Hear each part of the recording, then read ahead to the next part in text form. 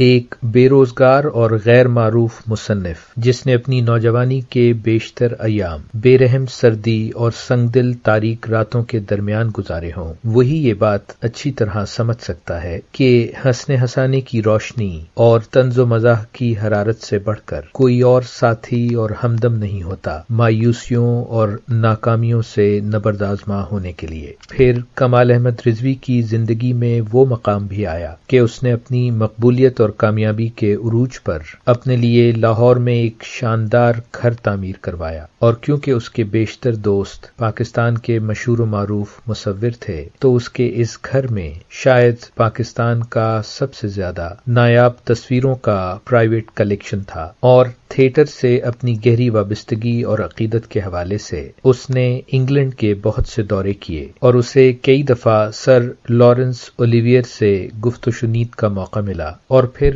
رفتہ رفتہ یہ مختصر ملاقاتیں الن سے لیری کی دوستی اور ذاتی تعلق تک بھی پہنچیں۔ دیگر اور کامیابی کے عروج تک پہنچنے والے لوگوں کی طرح کمال احمد رضوی بھی ایک پرفیکشنسٹ ہے۔ شاید یہی بات اس کی کامیابی کی ضمانت بھی ہے، اور اس کے ساتھی اداکاروں اور قریبی دوستوں کے لیے آزار اور تکلیف کا باعث بھی۔ آج جبکہ یہ عظیم مصنف 81 برس کا ہو چکا ہے اور کراچی کے ایک فلیٹ میں قیام پذیر ہے، اور حکومت کی طرف سے ملنے والے پرائیڈ آف پرفارمنس کو طوق ندامت کہتا ہے اور کسی بھی قسم کی سرپرستی سے محروم ہے، آج بھی اس کے بڑھاپے کا سہارا وہ رقم ہے کہ جو اس نے اپنے لاہور کے گھر کو بیچ کر اپنی پینشن کے طور پر اپنے ساتھ رکھی ہے۔ وہ آج بھی اپنا بیشتر وقت ڈرامے لکھنے میں گزارتا ہے اور انہیں لکھ لکھ کر اپنی دراز میں محفوظ کرتا جاتا ہے، اس امید اور اس آرزو کے ساتھ کہ آنے والے دنوں میں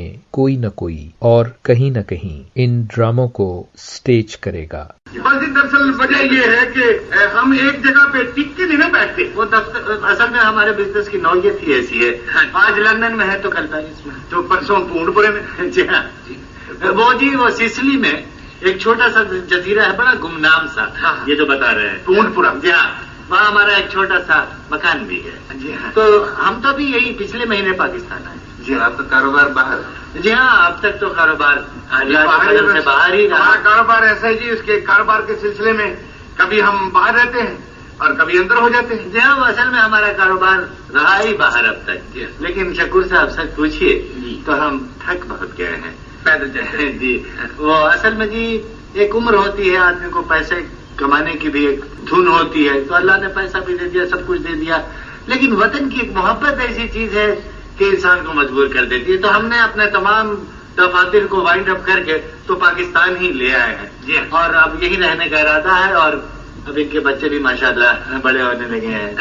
تو آپ شادی شدہ ہیں؟ جی، شدہ۔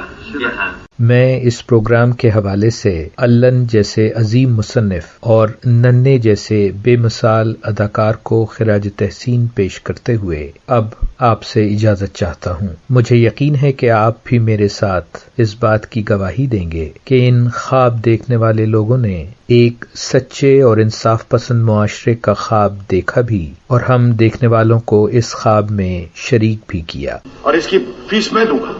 تم دو گے؟ ہاں۔ تم اس کی فیس کہاں سے دو گے؟ میں اپنی تنخواہ میں سے۔ تمہاری تنخواہ کہاں سے آئے گی اگر بچے کی فیس نہیں آئی تو؟ میں سوچتا ہوں علم کہ کتنے کمشنر ہوٹلوں میں برتن دھو رہے ہیں، کتنے کلیکٹر گاڑیاں صاف کر رہے ہیں، اور کتنے افسر سڑکوں پہ اخباریں بیچ رہے ہیں جنہیں تم جیسے سخت دل لوگوں نے پڑھنے نہیں دیا۔ فضول بات مجھے نہیں چاہیے۔ تعلیم کو اتنا سستا اور تعلیم کو اتنا عام مت کرو کہ ہر آدمی تعلیم میں یافتہ بن جائے، پھر فرق کیا باقی رہ جائے گا؟ لے جا اس کو، ماری لے جا یہاں سے، اور اس وقت کا انتظار کر جب تعلیم چند علنوں کے لیے نہیں رہ جائے گی۔